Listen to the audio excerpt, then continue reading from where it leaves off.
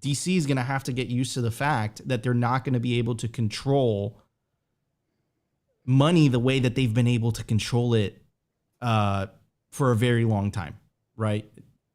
You know, Bitcoin, there's a saying, right? Bitcoiners say this all the time. Bitcoin is the money of enemies. Iran's going to use Bitcoin. Russia's going to use Bitcoin. China's going to use Bitcoin. North Korea's going to use Bitcoin. You can't stop it. You know, Opti always says, right? You can't ban yourself from Bitcoin. You can only you can't ban Bitcoin. You can only ban yourself from Bitcoin. Is that a pill that they're even like? Could they even comprehend swallowing that type of pill, right? Or are they going to go through this very, you know, tumultuous, painful process of, and sometimes you can even say that there might be a knee-jerk reaction, right? Like look at the recent bill that was introduced, the Restrict Act, the TikTok ban, right? It's another power grab. A lot of people are calling it Patriot Act 2.0. So, you know, from you being in your position, Jason, is that even a pill they're willing to swallow?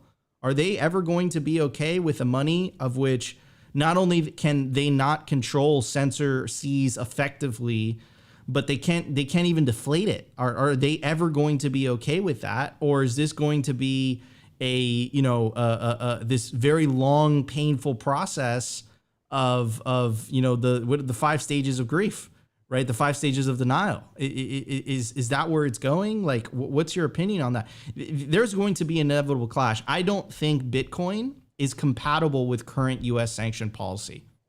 I don't think they'll be able to sanction countries effectively the way that they've been able to do so for a very long time.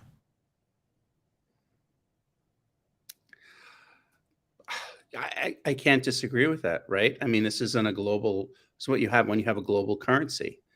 And I don't think that, I think it's a bridge too far. And the analogy I use is, you know, when Great Britain dominated the world, it was based on their navy, right? Ships. And as that stopped being a thing, it was too hard for them to move to what else might they need to use to sort of dominate the world. The US has dominated the world primarily with their economic power, along with the military power. And because the economic power is part of the playbook of foreign policy for the US, where there's the justification of sanctions based on the idea that I can sanction so I don't have to send soldiers over to die. Instead, we can just sanction a country. It's become, you know, this norm, this practice. So, you know, I don't see it. And this is why. So if we go rewind back to the beginning of 2022, remember we were in our wonderful, you know, everyone calls it the summer, right? Not crypto winter or whatever. You know, everything was booming. But in the beginning of that year, if you remember, there was that executive order that came out to start to study cryptocurrency by Biden's administration. People were starting to say, well, wait a minute, like we need to do things. There's certain principles. And this was a discussions, Nico, between the Fed, Treasury, White House. And they basically came to the conclusion that there were 3 things that were principles that they would not let stand for, no matter what became of Bitcoin or crypto. Number 1, that it's up to the Federal Reserve and the government to set monetary policy. No one else, no algorithm, nothing else but the government is supposed to set monetary policy. That's number 1. Number 2 is to regulate financial institutions. And you see that now with this idea of we can't have Bitcoin in the, you know, banking system. We have to be able to have safety and soundness, and we have to have, you know, compliance, consumer protection. So, you know, we need to make sure it's a safe and sound financial system so the financial markets work effectively.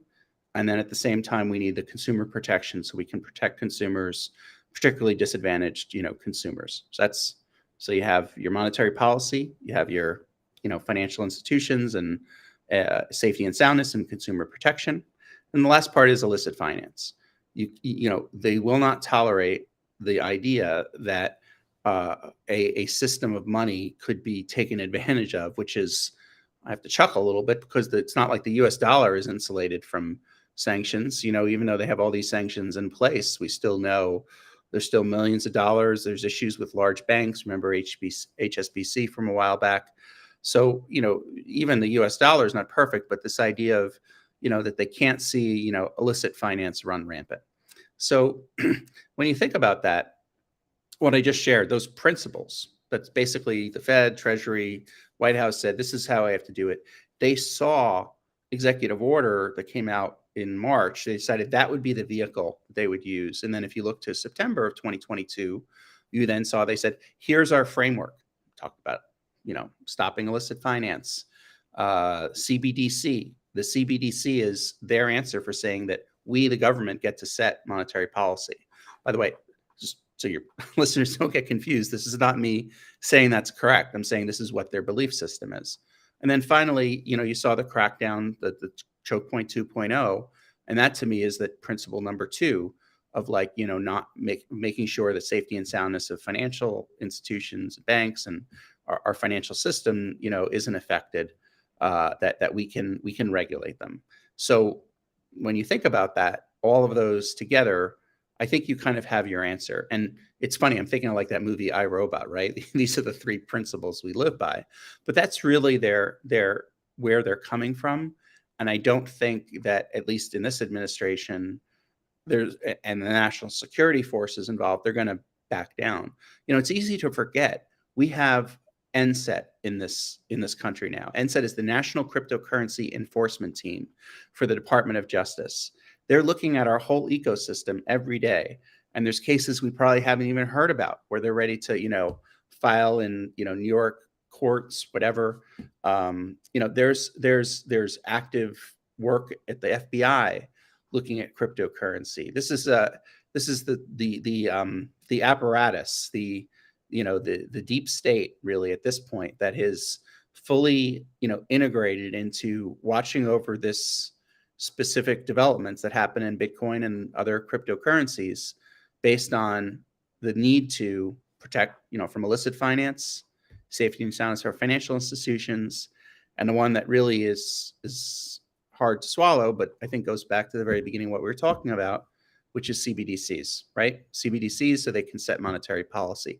Think about it. The CBDC might have an element where if you get CBDC, they might at some point decide to charge interest on your CBDCs for you holding it as a lower bound of setting monetary policy.